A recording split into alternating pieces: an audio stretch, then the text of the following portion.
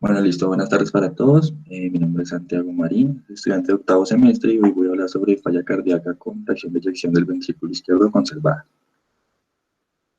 Bien, entonces iniciando con la definición de la enfermedad, la falla cardíaca es un síndrome clínico caracterizado por síntomas y signos típicos causados por una anomalía cardíaca estructural o funcional que producen una reducción del gasto cardíaco o una elevación de las presiones intracardíacas en reposo o en estrés. Bien, entonces en esta tabla es la definición o los criterios de definición que nos dan las guías europeas para determinar los tres tipos de falla. Entonces, como la semana pasada hablamos de falla cardíaca con fracción de eyección reducida, en esta charla me voy a enfocar en la fracción de eyección conservada y en su defecto en la fracción de eyección en estadio medio, ya que ambas se tratan de la misma manera.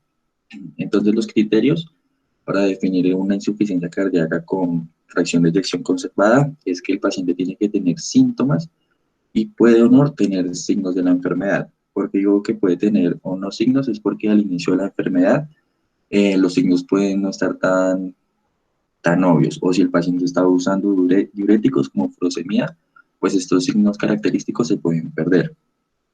El segundo criterio es que la fracción de eyección del ventrículo izquierdo tiene que ser mayor o igual al 50%. Y el tercer criterio es que tiene que tener péptidos natriuréticos elevados. Estos péptidos natriuréticos elevados se definen como un BNP mayor a 35 o un NT-proBNP mayor a 125. Además de esto, tiene que tener uno de los dos siguientes criterios. El primer criterio es que tenga una enfermedad estructural cardíaca relevante, ya sea una hipertrofia del ventrículo izquierdo o una dilatación de la aurícula izquierda. El segundo criterio que puede tener sería una disfunción diastólica, de la cual vamos a hablar más adelante. Bien, continuando con la epidemiología, la falla cardíaca con fracción de eyección conservada representa entre el 40 y 50% de la falla cardíaca incidente. Esta falla cardíaca es más común en mujeres y en ancianos, ya que se demostró que aquellos que sufrían de falla cardíaca con FEBI conservada, la enfermedad aparecía 6 años después de aquellos que tenían una FEBI reducida. Asimismo, se confirmó que las mujeres que tenían insuficiencia cardíaca había mayor incidencia, hasta en un 30 o 40% de más, de mujeres con FEBI conservada que con FEBI reducida. En comparación con los blancos, los afroamericanos tienen una prevalencia de un 50% mayor y de un 80% más de incidencia de insuficiencia cardíaca. Y finalmente, la insuficiencia cardíaca con FEBI conservada representa hasta el 70% de la insuficiencia cardíaca prevalente en los afroamericanos. Bien, entonces en esta imagen se reduce toda la historia de la enfermedad. Más adelante voy a ir eh, enfatizando en cada paso. Entonces, primero hablar de los factores de riesgo. Entonces, para el desarrollo de la enfermedad, los factores de riesgo son el envejecimiento, la obesidad, el síndrome metabólico, la hipertensión. Ese es el factor de riesgo más importante, no se les olvide, porque es el que más se relaciona con el desarrollo de la enfermedad. Una vida sedentaria, enfermedad coronaria y enfermedad renal. Con respecto a la patología celular y de tejidos, la enfermedad se caracteriza por tener una inflamación sistémica, una isquemia miocárdica, una fibrosis de tejidos, hay una alteración en el manejo de la energía, hay una alteración en la señalización celular y hay hipertrofia de los monocitos. Con respecto a la remodelación estructural del ventrículo izquierdo, tenemos que este ventrículo se va a hipertrofiar y va a perder la luz o va a disminuir su luz ventricular y después va a sufrir una dilatación con adelgazamiento de las paredes ventriculares. También algo muy importante de la enfermedad es que se disminuye la reserva funcional del ventrículo izquierdo, es decir, se disminuye la inotropía o la contractilidad, la lucitropía o la relajación, y se disminuye la cronotropía, en este caso disminuye la frecuencia cardíaca. Como alteraciones hemodinámicas, tenemos dos principalmente. La primera es que va a haber un aumento de llenado de la presión del ventrículo izquierdo y va a haber disminución de la perfusión de los órganos. Estas dos anomalías hemodinámicas son las que me van a generar las principales disfunciones de los órganos secundarios, como la congestión y la disfunción del pulmón, la fibrilación auricular y la disminución de la función de la aurícula izquierda. A su vez va a generar hipertensión pulmonar y remodelado de la vasculatura pulmonar y puede generar sarcopenia y disfunción microvascular. Otra cosa importante es que se puede generar un remodelado del ventrículo derecho y una disfunción de este. Entonces, todo esto es lo que caracteriza y se conoce como síndrome clínico de la falla cardíaca con fracción de eyección conservada. Bien, con respecto a la remodelación ventricular, la cohorte del condado de Olmsted realizó una evaluación epidemiológica que demostró 4 cosas. La primera es que la hipertrofia del ventrículo izquierdo se presentaba en el 42% de pacientes de 244 casos estudiados, los cuales tenían insuficiencia cardíaca con fe conservada. El segundo conclusión que encontró es que la hipertrofia o remodelación concéntrica estuvo presente hasta en el 53% de los pacientes. La hipertrofia excéntrica estuvo en el 16% y la geometría del ventrículo izquierdo era normal en casi un tercio de los casos, que correspondía al 31% de los pacientes. Y entonces la principal conclusión que se sacó de esta corte es que la remodelación ventricular izquierda es demasiado heterogénea en este síndrome, o bueno, en esta enfermedad de falla cardíaca. Entonces esa fue la principal conclusión. Respecto a la fisiopatología, iniciando con la disfunción del ventrículo izquierdo, tenemos que el hallazgo hemodinámico más visible en esta enfermedad es que hay una elevación de la presión del llenado del ventrículo izquierdo. Esta elevación de la presión del llenado va a relacionarse con los principales síntomas que se producen en la enfermedad. Es decir, va a haber un mayor impulso inspiratorio, va a haber disnea, alteración de intercambio de gases y va a haber una reducción de la capacidad aeróbica. Otra característica importante es que se van a alterar las fuerzas de Starling en los capilares pulmonares. La principal fuerza que se altera es la presión hidrostática de los capilares, lo que genera una filtración de agua hacia el intersticio, lo que terminaría en un edema pulmonar.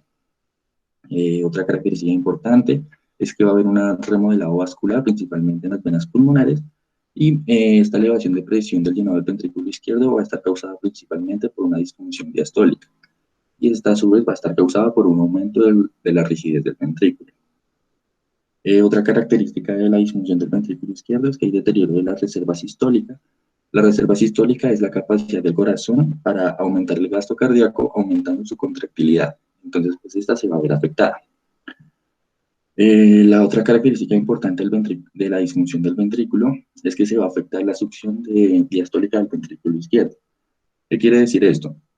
Que recordando la fisiología normal del corazón, cuando estamos al inicio de la diástole, la sangre fluye de la aurícula izquierda al ventrículo izquierdo de manera pasiva, debido a que la presión en el ventrículo izquierdo es menor a la presión que tiene la aurícula izquierda.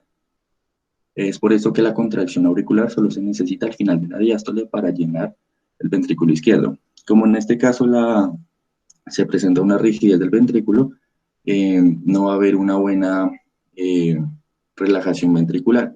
Entonces aquí se hace necesaria la hipertensión auricular izquierda para que la sangre logre pasar de la aurícula izquierda al ventrículo izquierdo. Entonces esta es una característica muy importante. Bueno, aquí este es un estudio donde se buscaba mirar la hemodinámica normal de los pacientes, en donde se comparaba a los pacientes que tenían falla cardíaca con FEBI conservada, y se cogió un grupo control que no sufría la enfermedad.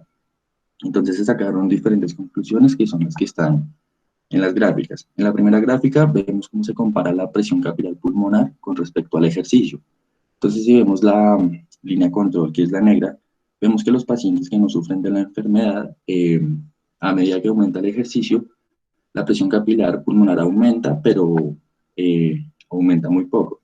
Es decir, aquí está como en 9 milímetros de mercurio, pasa máximo a 12 milímetros de mercurio, ese sería su pico. Mientras que si vemos a los pacientes que tienen falla cardíaca con FEBI conservada, vemos que a medida que aumenta la intensidad del ejercicio, la presión capilar pulmonar aumenta abruptamente y a niveles muy elevados, llegando a un pico hasta mayor de 30 milímetros de mercurio. Cuando tienen un minuto de descanso, esta presión baja también considerablemente, pero no alcanza la normalidad. Entonces esa fue la primera conclusión que se sacó del estudio, y era que a mayor ejercicio, mayor presión capilar pulmonar tenían los pacientes.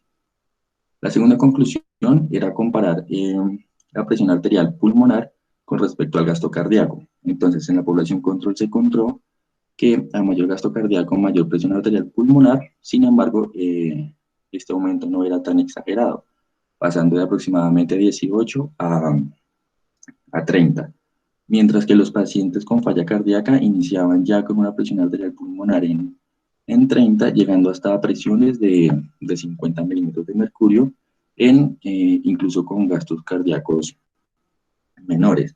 Entonces esa fue la segunda conclusión, y era que a mayor gasto cardíaco, mayor presión arterial pulmonar. La tercera gráfica nos compara la frecuencia respiratoria con respecto al ejercicio. Entonces, como vemos aquí en la línea control, vemos que la frecuencia respiratoria aumenta a medida que aumenta el ejercicio. Pero si vemos los pacientes que tienen la falla cardíaca, alcanzan los mismos niveles de frecuencia respiratoria que el grupo control, pero con menos ejercicio. Entonces esa fue otra conclusión, donde se demostró que los pacientes con falla manejaban frecuencias respiratorias mucho más altas a menor intensidad de ejercicio. En la gráfica D nos comparan la disnea con respecto a la presión capilar pulmonar, en donde se ve que a mayor presión capilar pulmonar hay mayor síntomas de disnea. Entonces, esa es la conclusión de la gráfica D. Y finalmente, en la gráfica E, nos comparan la capacidad aeróbica del paciente con respecto a la presión capilar pulmonar. Entonces, vemos que a mayor presión capilar pulmonar, la capacidad aeróbica del paciente disminuye. Entonces, pues, todo esto era lo que explicaba los síntomas hemodinámicos de estos pacientes. Y ya en la última gráfica es una comparación entre la supervivencia y los años de los pacientes. Entonces, cogían la presión capilar pulmonar y miraban si esta estaba aumentada en el reposo y en el ejercicio. Entonces, por ejemplo, vemos la línea azul, que es un paciente que tiene la presión capilar pulmonar aumentada tanto en reposo como en ejercicio, lo cual su supervivencia a 12 años cae considerablemente. Bien, continuando con la fisiopatología, voy a hablar sobre la restricción extrínseca y presiones de llenado del ventrículo izquierdo. Entonces, la mayor presión del llenado del ventrículo Santiago, qué izquierdo. pena interrumpirlo un segundito. Con respecto a la diapositiva que usted colocó antes, digamos que eso es algo que ya no se utiliza tanto y es la hemodinamia cardíaca en el ejercicio, ¿sí? Es la hemodinamia invasiva. Eh, como usted nombraba inicialmente, el problema de la falla cardíaca con fracción de eyección preservada es que es un paciente que tiene una FEBI normal, que tiene que tener un NT-proBNP elevado asociada a otro hallazgo estructural, ¿sí? Ya sea alteraciones estructurales o disfunción diastólica. El problema es que a veces no es fácil llegar a ese diagnóstico, ¿sí? Entonces, en esos pacientes que el médico sigue sospechando, además de que no se tienen los, digamos que los cambios típicos ecocardiográficos, entonces por eso digamos que se buscaban otras opciones, como lo era la hemodinamia cardíaca, con ejercicio, con esfuerzo, no con ejercicio, sino con esfuerzo, pero ahorita digamos que se amplía un poquito más al strain o a mirar la disfunción diastólica en el ecocardiograma estrés ejercicio, pero es para esos pacientes que no cumplían los criterios típicos y uno seguía sospechando, hombre, es un paciente que tiene síntomas de una FEBI normal y un NT-proBNP que está elevado, ¿sí? Entonces es en esos casos y pues esto es algo de la evolución como tal del diagnóstico. Y algo adicional con lo que usted dijo al comienzo, es que la falla cardíaca con fracción de eyección preservada es un síndrome, ¿sí? Y yo no sé si ustedes cuando han revisado asma se han dado cuenta que eso lo iniciaron proponiendo los españoles, pero el asma ahorita se divide en fenotipos y en endotipos, ¿sí? Que el que es predominantemente de interleuquinas, otro que es de IgG, ¿sí? Así también es la falla cardíaca con fracción de eyección preservada. Entonces, digamos que nosotros tenemos diferentes fenotipos de falla cardíaca con fracción de eyección preservada. Entonces, está el fenotipo del paciente que es predominante, que es FA, o la falla cardíaca del paciente obeso, o la falla cardíaca con fracción de eyección preservada de la mujer, ¿sí? Entonces, se ha sospechado que por no dividirlos en esos endotipos es que los estudios en falla cardíaca con fracción de eyección preservada no han tenido un adecuado resultado, ¿sí? Basando y adicionalmente a que cada vez más pues encontramos diferentes patologías asociadas que posiblemente los medicamentos no vayan a tener un adecuado efecto en esas patologías. Pero era básicamente esas dos aclaraciones. Gracias, Santiago. Listo, doctor, gracias. Entonces, continuando, ahí está la restricción extrínseca y presiones del llenado del ventrículo izquierdo. Entonces, como dije, la mayor presión del llenado del ventrículo izquierdo puede tener mecanismos intrínsecos y extrínsecos. Estos serían los extrínsecos, que pueden estar dados debido a corazón derecho, es decir, una compresión del ventrículo izquierdo por el corazón derecho o una compresión por el pericardio. Tenemos que la presión va a aumentar cuando aumenta el retorno venoso, en este caso durante el ejercicio, durante el estrés. Y en pacientes obesos, como hay aumento de la grasa pericárdica, pues esta restricción extrínseca pues se va a ver más fuerte. Entonces, estos pacientes obesos tienen mayor relación con lesiones cardíacas, con inflamación, con fibrosis y con disfunción microvascular coronaria. Con respecto a la disfunción sistólica del ventrículo izquierdo, entonces acá es importante resaltar que una FEBI conservada no necesariamente indica que hay una función sistólica normal, y entonces acá es importante hablar sobre la deficiencia funcional del miocardio que afecta la capacidad del corazón para regular el gasto cardíaco. Entonces, para poder evaluar esta disfunción sistólica, se utiliza el ECO-TT, que es el método imaginológico de elección, para evaluar tanto la función sistólica como diastólica del ventrículo izquierdo. Entonces, esta ECO-TT me va a permitir mirar deformaciones miocárdicas en múltiples planos, tanto longitudinal como circunferencial. Entonces, en un ensayo, que es el ensayo TOPCAT, se demostró que los pacientes que tenían una deformación en el plano longitudinal se asociaban a mayor mortalidad y hospitalización. Y también se demostró que en los pacientes a los que se le encontraba esta deformación en el plano longitudinal tenían mejor predicción para complicación de la enfermedad en comparación con las predictores clínicos y otros predictores ecocardiográficos. Con respecto a la disfunción auricular izquierda que también se presenta en estos pacientes, es característico que sea una remodelación en la aurícula izquierda y esta es causada por el aumento de la presión del llenado del ventrículo izquierdo. Entonces, esta disfunción auricular izquierda se va a asociar con peor capacidad de ejercicio, aumento o sí, como agravamiento de la enfermedad vascular pulmonar, mayor riesgo de muerte, y es por esto que preservar la función de la aurícula izquierda es importante porque esta es protectora tanto para los pulmones como para el corazón.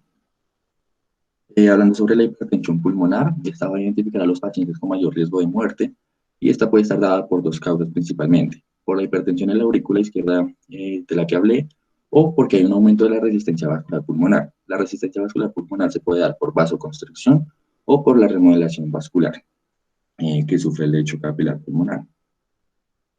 Con respecto a la disfunción ventricular derecha, esta es causada por la hipertensión pulmonar, se puede encontrar hasta en un tercio de los pacientes, y también puede estar relacionada con otros factores como la cardiopatía isquémica, la obesidad y la fibrilación auricular. Esta se puede prevenir tratando tanto los factores de riesgo como la hipertensión pulmonar. Hablando de la disfunción microvascular coronaria, aquí es importante resaltar que hay un déficit en la utilización del oxígeno, lo que la convierte en un factor muy importante en la fisiopatología de la falla cardíaca, en donde tenemos que a mayor daño microvascular hay mayor fibrosis de la pared ventricular. Entonces aquí decimos que se puede producir una isquemia por un desajuste entre la oferta y demanda del oxígeno. Entonces esta oferta y demanda se puede alterar ya sea por una enfermedad macrovascular epicardial o una disfunción microvascular coronaria. Con respecto a otros daños que se ven en esta enfermedad, son los grandes vasos y disfunción microvascular periférica, en donde tenemos una función vascular sistémica anormal y vamos a tener una rigidez de los vasos aórticos que esto me genera que haya una variabilidad en la presión arterial. Asimismo, tenemos una disfunción endotelial y algo característico es que tenemos una vasodilatación periférica mediada por un flujo deteriorado. Es como un mecanismo compensatorio de la vasodilatación.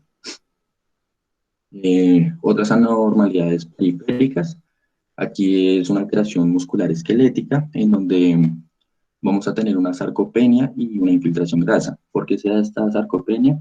Es porque el músculo esquelético pierde la capacidad de extraer oxígeno, lo que genera disminución de la masa muscular y la sarcopenia.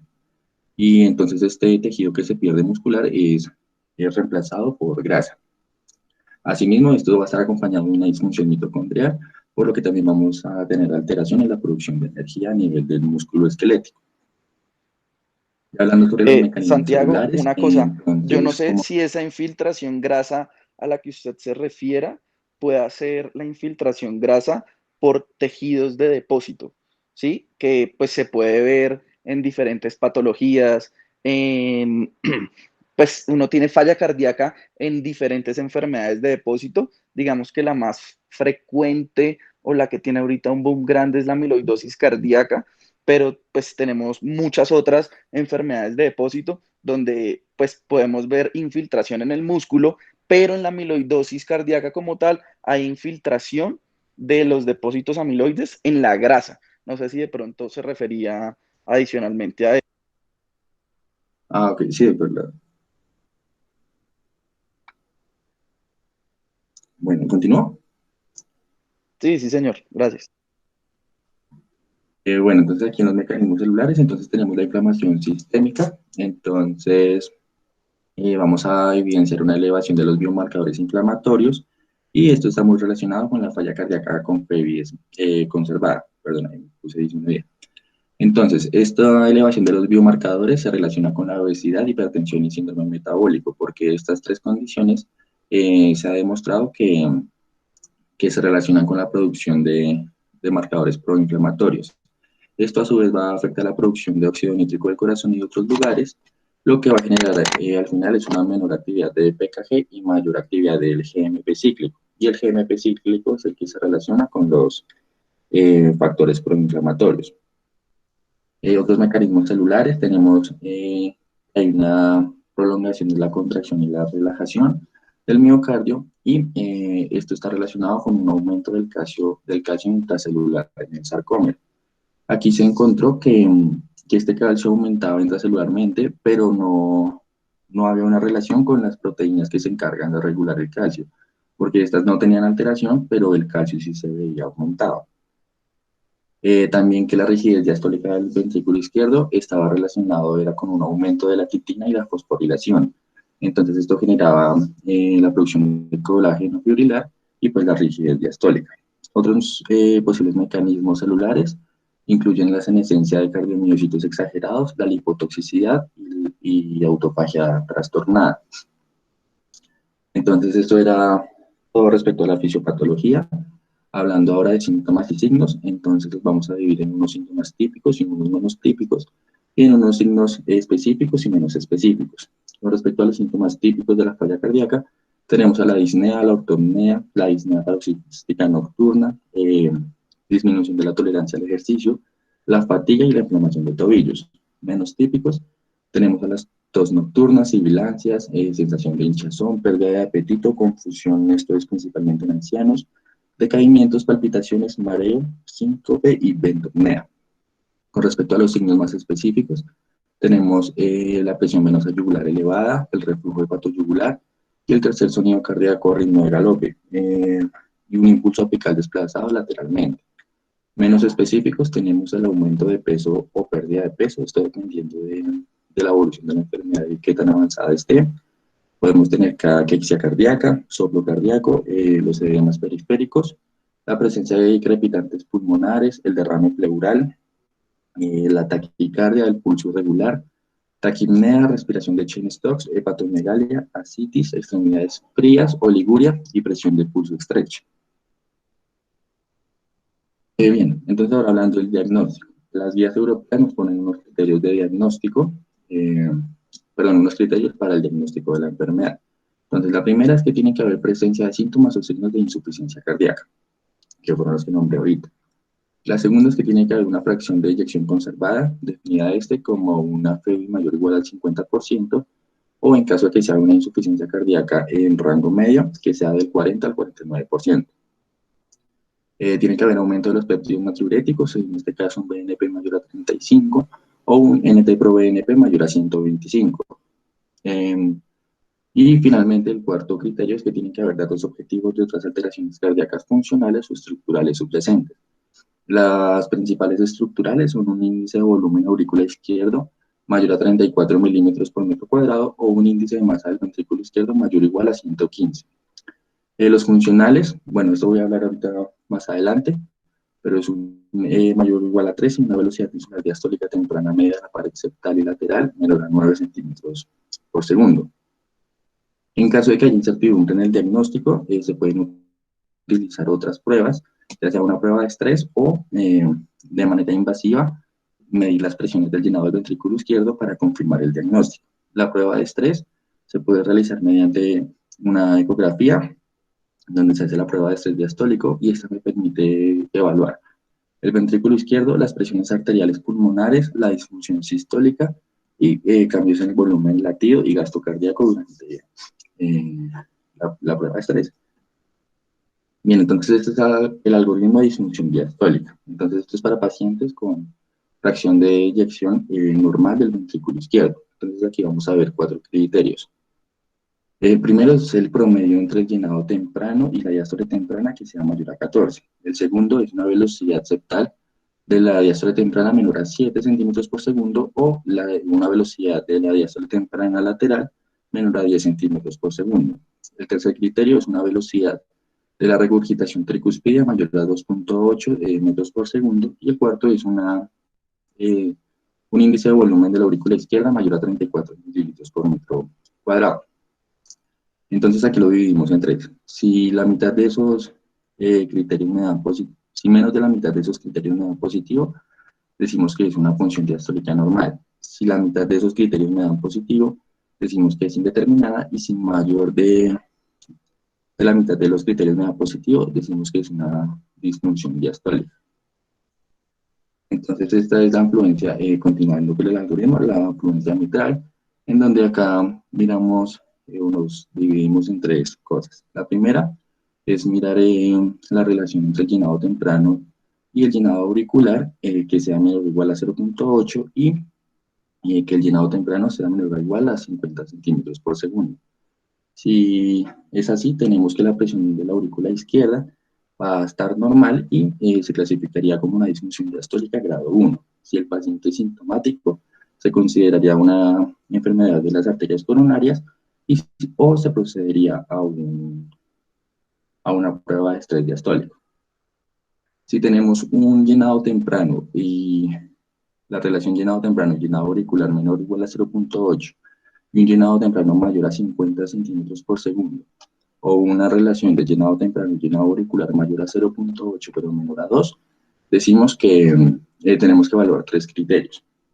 Entonces, miramos el promedio entre el llenado temprano y el llenado de la diástole temprana, y este tiene que ser mayor a 14, la velocidad de regurgitación tricuspidia mayor a 2.8 metros por segundo y el índice de volumen de la aurícula izquierda mayor a 34 mililitros por metro cuadrado. Si todos estos 3 o los 3 me dan negativo, decimos que la presión auricular desde la aurícula izquierda está normal y sería una disfunción diastólica grado 1.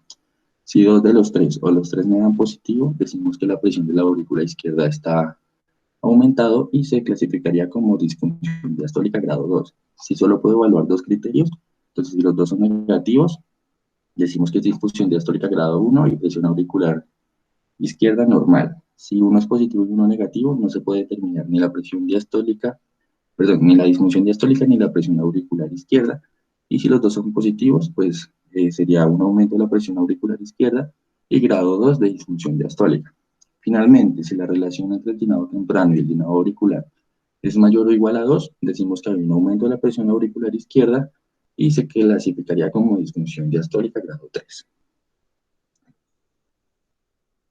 Bueno, bien, entonces ahora hablando de los ensayos clínicos terapéuticos, voy a iniciar hablando sobre el ensayo CHARM, el cual cogió a 3.023 pacientes que tenía como criterios de inclusión que tenía que tener una falla cardíaca con NIFA estadio 2 a 4 y una hospitalización previa y previa del 40%. Lo que buscaba este ensayo era mirar si el candesartán tenía mejoría en la mortalidad de los pacientes y si disminuía el riesgo de hospitalización comparado con un placebo. Entonces, lo que mostró este ensayo es que no había ningún beneficio en la mortalidad, pero sí en la hospitalización de los pacientes. Entonces, sí disminuía la incidencia de hospitalizaciones. Esto llevó a que la guía americana del 2017 generara una recomendación tipo 2B para el uso de los antagonistas de receptores de angiotensina para disminuir la hospitalización. Otro ensayo es el ensayo TOPCAT, el cual probó el impacto de la espironolactona versus el placebo en 3.445 pacientes. Sus criterios de inclusión eran que los pacientes tuvieran signos y síntomas de falla cardíaca, una FEBI de 45% y una hospitalización previa o péptido natriurético elevado. En este caso, el ensayo no mostró mejoría en la mortalidad, pero sí mostró reducción de hospitalizaciones en los pacientes. Entonces, eso también llevó a que en la guía americana del 2017 se incluyera una recomendación tipo 2B para el uso de los antagonistas de receptores de aldosterona para reducir la hospitalización de los pacientes con falla cardíaca con FEBI conservado, que tuvieran los criterios de este ensayo. Los ensayos que se están realizando actualmente, está el ensayo Paragon, que lo que busca es comparar el sacubitril valsartán versus el valsartán, el cual cogió a 4.822 pacientes y sus criterios de inclusión son una insuficiencia cardíaca en hija con estadio de hija 2 a 4, un FEBI 45%, que es, haya evidencia de remodelación estructural cardíaca y una hospitalización previa o aumento de péptidos natriuréticos. Otro ensayo que se encuentra en desarrollo es el ensayo Emperor, que busca comparar la empaglifosina versus el placebo. Para esto cogió 4.126 pacientes y sus criterios de inclusión fueron una insuficiencia cardíaca con mija 2 a 4, una FEBI mayor al 40%, niveles elevados de péptidos natriuréticos y hospitalización previa o evidencia de enfermedad cardíaca estructural. Finalmente, está el ensayo de Liver, que también está estudiando un inhibidor de los receptores SGLT2, en este caso la dapaglifosina, y quieren ver si hay reducción de la muerte con este medicamento. Para esto cogió 4.700 pacientes y sus criterios de inclusión fueron insuficiencia cardíaca NIJA estadio 2 a 4, una FEBI mayor al 40% y una evidencia de cardiopatía estructural. Con respecto a las intervenciones del estilo de vida, pues ya como tratamiento. Qué pena, Santiago. ¿Será que se puede volver una diapositiva, por favor? Espera interrumpirlo. Bueno, el Paragon ya salió a finales del año pasado. Pues todos teníamos la esperanza de que con los resultados del Paradigm, el Paragon fuera a salir positivo, pero pues salió negativo. ¿Listo? Es un estudio que salió negativo, que en el análisis de subgrupos eh, se vieron que posiblemente queda la hipótesis de que pueda funcionar en los pacientes de rango medio y en las mujeres, pero pues en un estudio negativo, pues eso es algo que como tal no se puede concluir, entonces tocaría hacer un estudio aparte a ver si funciona el sacubitril solo en los pacientes de rango medio. El Emperor Preserved, pues sí está eh, pendiente. El Emperor normal salió ahorita en los pacientes con FEBI reducida y pues reduce hospitalizaciones, pero no reduce mortalidad. Hay varios estudios, realmente hay muchos pacientes con falla eh, preservada. Lo que les digo, o sea, todos los estudios, como usted nos mostró, han ido fallando en estos resultados, han ido, pues digamos que no fallando, sino mostrando desenlaces que no tienen el mismo poder que los que vemos en pacientes con falla cardíaca con fracción de eyección reducida. Digamos, también está el estudio Senior, que fue un estudio que incluyó pacientes con preservada definida actualmente, pero que antes era tomada como reducida o rango medio. Pero lo mismo, no reducen mortalidad, sino hospitalizaciones. Pero digamos que entre eso y nada, son medicamentos que igual toca administrársele al paciente porque le reduce la probabilidad de hospitalizarse y eso reduce o pues mejora calidad de vida en los pacientes. Listo, gracias. Gracias, doctor. Y entonces ahora sí como tratamiento, entonces lo primero son intervenciones del estilo de vida, entonces se demostró que el ejercicio mejora tanto las funciones periféricas como las cardíacas, que el ejercicio más la pérdida de peso mediante restricción calórica también mejora la capacidad aeróbica de los pacientes y que la dieta se debe basar en una dieta tipo DASH, en donde esa se incluye la restricción de sodio y esto fue importante porque la restricción de sodio en la dieta mostró mejor acoplamiento ventricular arterial.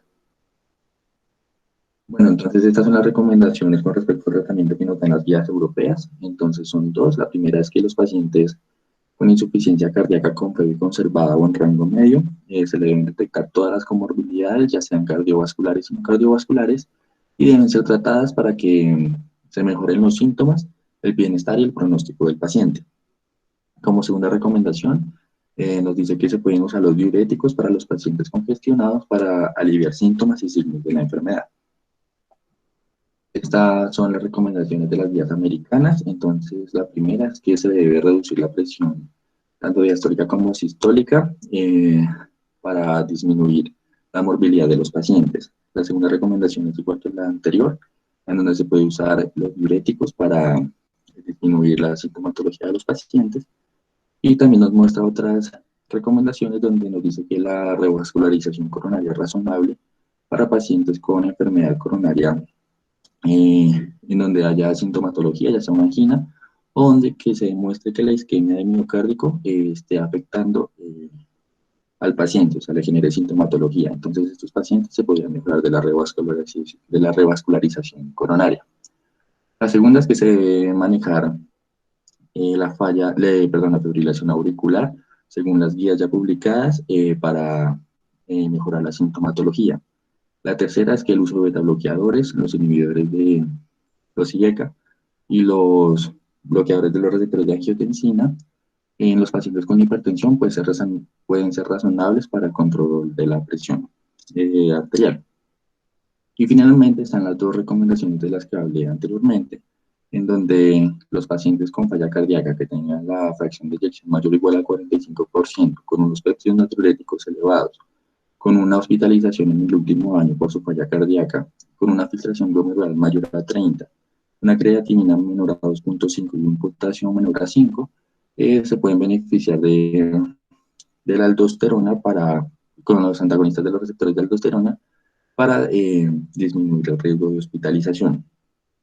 Y la otra es que el uso de los ARAS se puede considerar para disminuir la hospitalización de los pacientes con falla cardíaca con febra conservada. Finalmente, la prevención, entonces, como lo dije, el tratamiento de la hipertensión, porque es el principal factor de riesgo para el desarrollo de la enfermedad. Entonces, pues, se tiene que tratar para evitar que el desarrollo de la enfermedad. También se mostró que los pacientes diabéticos que estaban siendo tratados con inhibidores de SGLT2 disminuyeron la incidencia de insuficiencia cardíaca. Y pues por eso se están realizando los estudios y finalmente pues la modificación de los estilos de vida para la prevención donde se reduzca el peso, haya un consumo dietético adecuado y una buena actividad física. Muchas gracias.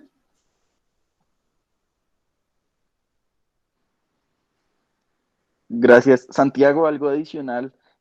Ahí envía al grupo los criterios que propone la Sociedad Europea de Cardiología, eh, que pues, realmente muchos fueron ya dichos por usted, pero yo creo que los divide de una forma muy, muy didáctica, como todo lo que hace la Sociedad Europea. Y pues les indica ahí, dependiendo de cuántos puntos tengan, si el paciente tiene diagnóstico o tienen que hacerle un ecoestrés o estudios adicionales o los estudios invasivos, que lo que les digo, realmente son pocos los que, los que se hacen actualmente. Adicionalmente, pues como algo bobo, pero que veo que pasa mucho, recuerden que los inhibidores de la ISGLT2 se llaman empagliflozina, no fosina, sino flo con L, y pues los demás igual, ¿sí? Dapagliflozina, pues como adicional. Realmente, pues lo felicito, le quedó muy bien. Pues yo obviamente no soy un experto en esto, ni mucho menos. Y me parece que falla cardíaca con fracción de eyección preservada de forma genérica es un tema muy difícil de exponer porque lo que le digo, o sea, uno puede encontrar falla cardíaca con fracción de eyección preservada, pues un gran abanico de posibilidades que, pues como usted mostró, el nivel de evidencia del manejo es bajito y la fisiopatología es heterogénea, por lo mismo de que tiene diferentes endotipos, por así decirlo. Pero muy bien, muchísimas gracias. Gracias, doctor.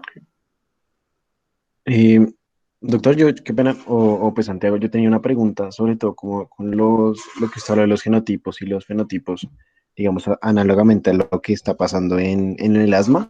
No entendí muy bien, o sea, digamos, como esto es una patología, digamos, con múltiples comorbilidades, o sea, el paciente obeso, diabético, con fibrilación, que muchas veces, digamos, una cosa causa la otra, digamos, como en cadena. ¿Usted cómo logra, digamos, uno diferenciar? No, fue primero la fibrilación, que lo que le hizo fue tal cosa, y no fue, yo no sé, el daño miocárdico por la isquemia, porque tuvo una arteria tapada, que me causó tal cosa. Entonces, ¿usted cómo diferencia esos fenotipos? ¿Cómo los logra establecer en cada grupo? No, realmente, realmente es complejo definir qué inició y hay muchas cosas que se solapan, ¿sí? Digamos, el paciente que tiene amiloidosis cardíaca hace más fibrilación auricular, ¿sí? Pero es un paciente que la fibrilación auricular es secundaria a la amiloidosis cardíaca y que se trata como amiloidosis cardíaca. ¿Sí? Ese paciente no se trata según las guías de falla cardíaca con una falla cardíaca como fracción de eyección preservada porque no le funcionan como tal los medicamentos. Entonces, esto es a lo que me refiero. Digamos que es un poquito más, digamos, como algo que ya lleva su tiempo, pero que como tal no han salido estudios que uno diga, no, es que la falla cardíaca con fracción de eyección preservada en el paciente obeso se debe tratar así y en la paciente mujer se debe tratar así y en el paciente con FA se debe tratar así, ¿sí? Digamos que así como pasó en el asma, me imagino yo en mi ignorancia que va a pasar. Primero surgen las hipótesis y después vienen los estudios diciendo, hombre, dividamos a todos estos pacientes o este es un estudio que se va a hacer en este grupo porque creemos que le va a funcionar más. Adicionalmente, que la doctora lo, lo refirió en el de falla cardíaca con fracción de eyección deprimida y funciona en fracción de eyección deprimida, la evidencia es más en fracción de eyección deprimida. La digoxina en estas nuevas guías de FA tomó un poquito más de relevancia, pero es difícil saber si mi paciente, qué fue primero, ¿sí? Digamos que cuando tenemos, no sé, un daño de la aurícula muy severo, uno posiblemente intuye que esa FA fue lo primero que ocurrió, ¿sí? No sé, porque el paciente tiene X o Y patología, una estenosis mitral que no es operable y el paciente tiene una FA y tiene una falla cardíaca con fracción de eyección preservada, pues uno piensa que posiblemente esa FA fue lo primero que ocurrió, ¿sí? Pero realmente saber qué ocurrió primero es difícil, ¿sí? Es complejo. Eh, digamos que la FA en el síndrome coronario agudo ocurre mucho más secundario a los infartos auriculares, pero, pero pues digamos que normalmente es un paciente que tiene un predisponente adicional. Normalmente tiene aurículas grandes o tiene algún predisponente asociado. Listo, doctor. Muchas gracias. Muchas, ¿alguna otra pregunta?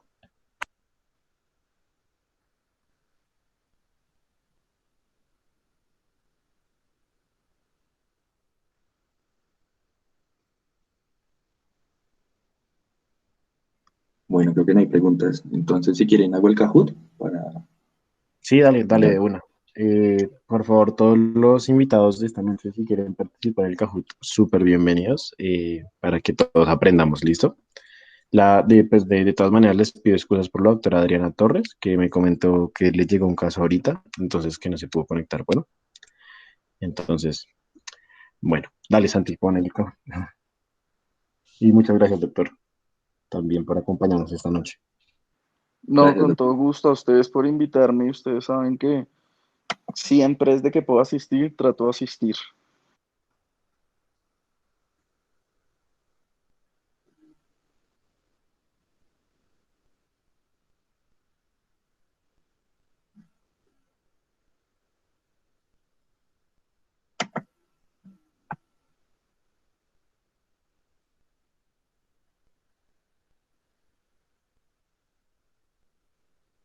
Bien, listo. Ahí está el pin en las pantallas para que, si quieren, se vayan uniendo.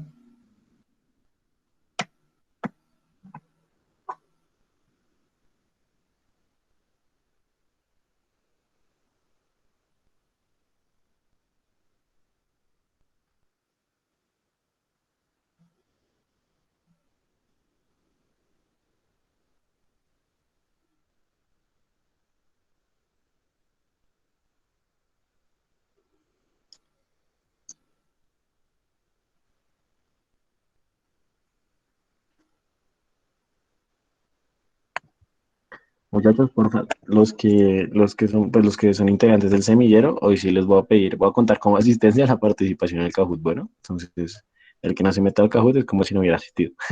No, mentira, pero participen, muchachos, que la idea es que todos midamos a ver cómo aprendimos en esta sesión, que estuvo Sí, súper completa.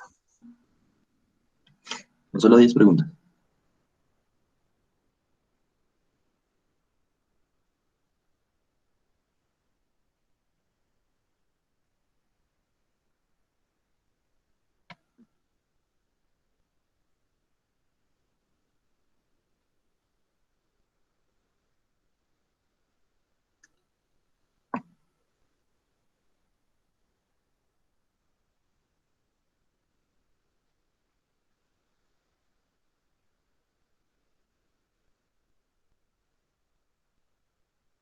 Bueno, ¿alguien más se va a unir para esperarlo o iniciamos?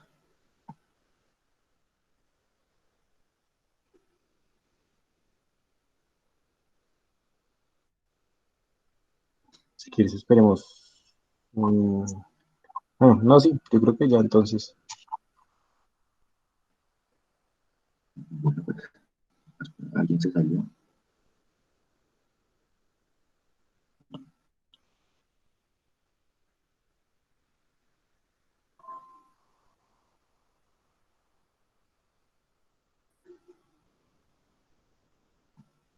Bueno, entonces lo voy a iniciar.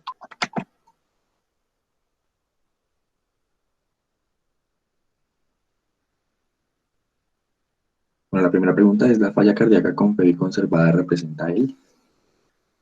Están las opciones.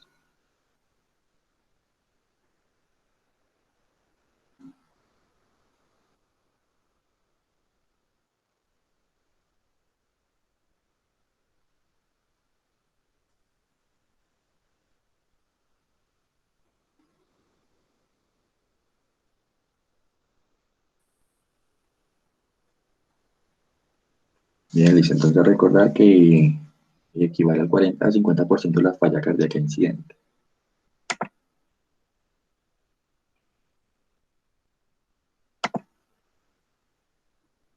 Bien, la segunda es con respecto a la fisiopatología, el hallazgo hemodinámico más frecuente en la insuficiencia cardíaca con FEI conservada es.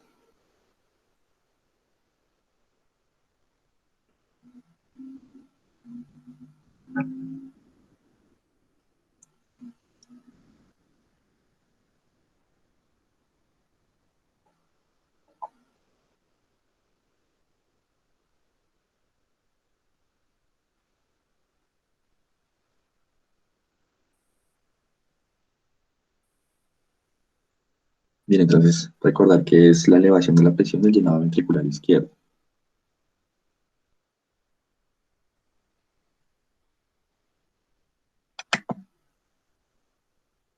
La tercera pregunta es, ¿los pacientes con insuficiencia cardíaca con FEBI conservada durante el ejercicio sufren disminución de la presión capilar pulmonar? ¿Falso o verdadero?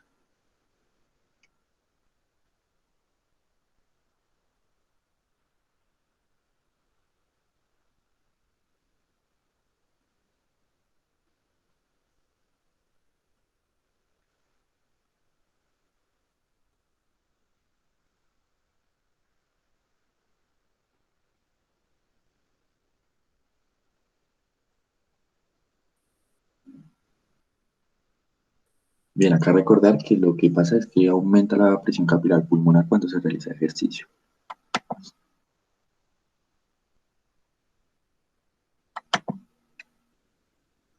La cuarta pregunta ¿es factor de riesgo de falla cardíaca con FEBI conservada?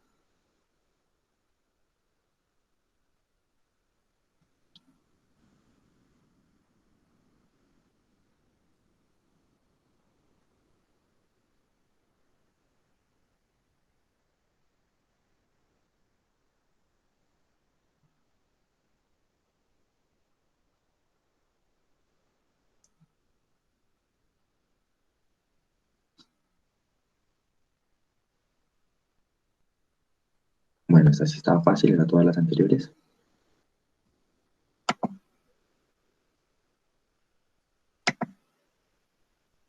La quinta pregunta es, como mecanismo celular en la insuficiencia cardíaca con FEBI conservada, hay aumento en el sarcómero.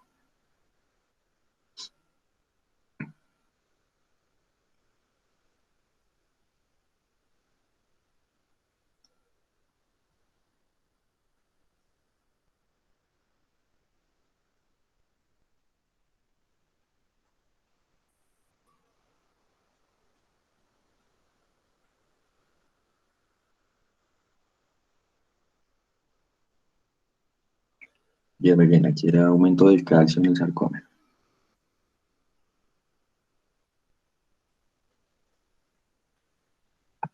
La sexta pregunta es, ¿cuál de los siguientes es un signo menos específico para falla cardíaca?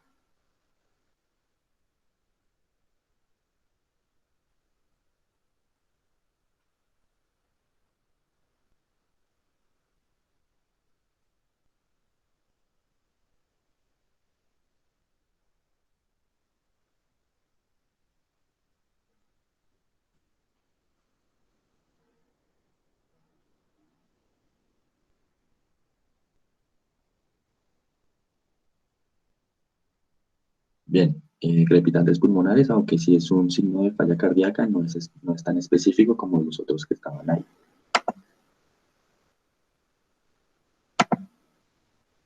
La séptima pregunta es, ¿son criterios de diagnóstico de la insuficiencia cardíaca con FEBI conservada excepto?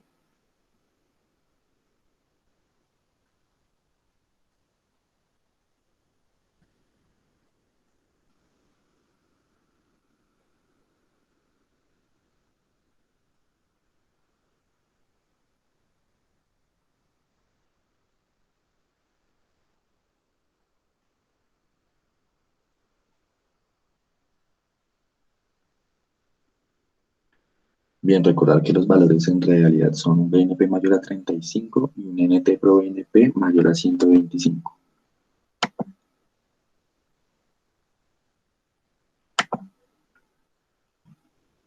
Y la octava pregunta es, ¿el método imagenológico de elección para valorar la función del ventrículo izquierdo es el ecocardiograma transtorácico?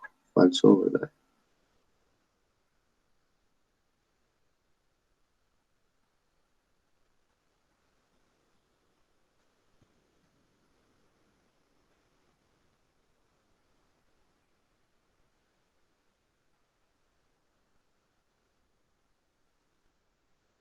Bien, muy bien, eso es verdadero, el ecocardiograma transtorácico es el de elección.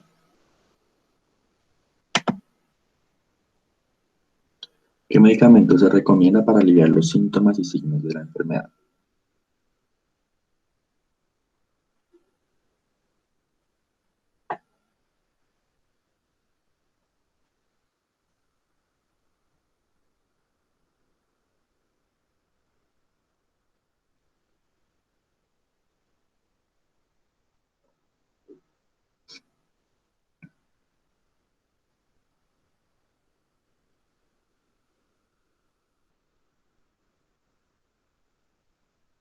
Bien, en este caso era la furosemida. Recordar que es el diurético para aliviar los síntomas y los signos.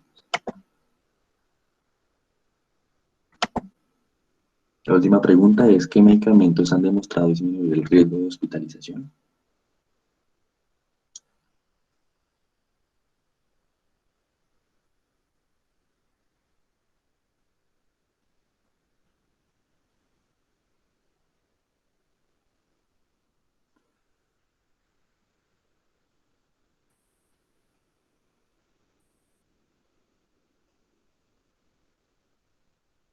Bien, muy bien, los es espironolactona y candesartán los que han mostrado beneficios en la hospitalización.